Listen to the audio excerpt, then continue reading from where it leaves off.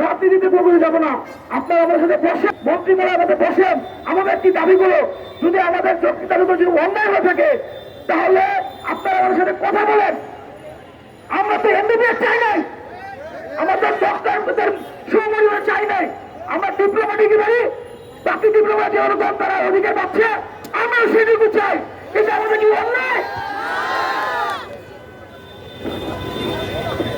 সেই গ্রামীণ স্বাস্থ্য কল্যাণ কেন্দ্র একমাত্র প্রতিষ্ঠিত হয়েছে গ্রামীণ পর্যায়, তৃণমূল পর্যায়, মফস্বলে স্বাস্থ্য সেবা নিশ্চিত করার জন্য।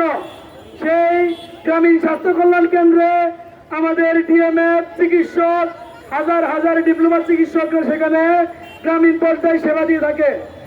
তারা আমাদের সাথে একত্রতা পোষণ করছে। গ্রামীণ স্বাস্থ্য সেবা কেন্দ্রের যে ভাইরা আছে তারা আমাদের সাথে একত্রতা পোষণ করছেন।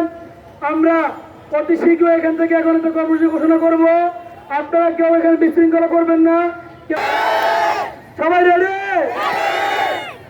তাই সবাই এখানে কথা বলবো। দেশ থেকে এখনো বৈষম্য নিপাত হয়নি। আমরা সর্বক্ষেত্রে বৈষম্য নিপাতের জন্য যে আন্দোলন করেছি, স্বাস্থ্য খাতের সেই বৈষম্য আমরা এখনো নিপাত করতে পারি নাই।